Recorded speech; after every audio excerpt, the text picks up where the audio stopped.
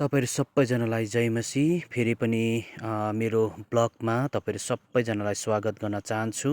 र विशेष गरी हामी चाहिँ आज बुद्ध पार्कमा घुम्नको लागि हामी जाँदैछौँ।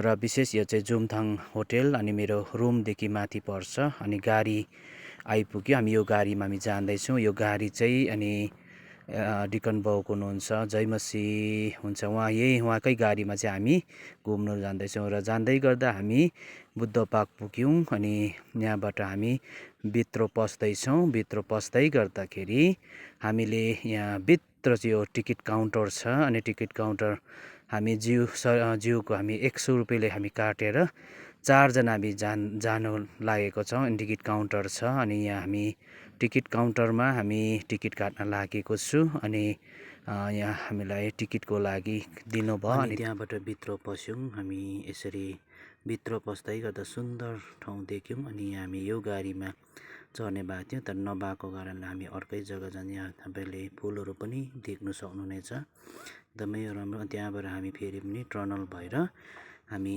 उन्दै गयौँ। अनि टनल चाहिँ यस्तो रहेको छ, तपाईँले यो टनललाई देख्नुहुनेछ। हामी टनलबाट बाहिर निस्किँदा यस्तो सुन्दर हेर्नु सक्नुहुनेछ।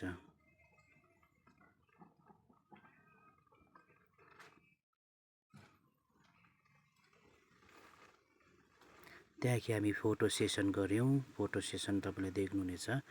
हामीले 3-4 वटा फोटो सेसन गर्दै गर्दा हामी एकदमै फोटो सेसन असल भयो। अनि यहाँ स्लो मोसन हामीले गऱ्यौँ। अनि स्लो मोसन पनि एकदमै राम्रो भयो। यहाँ तपाईँले देख्न सक्नुहुनेछ।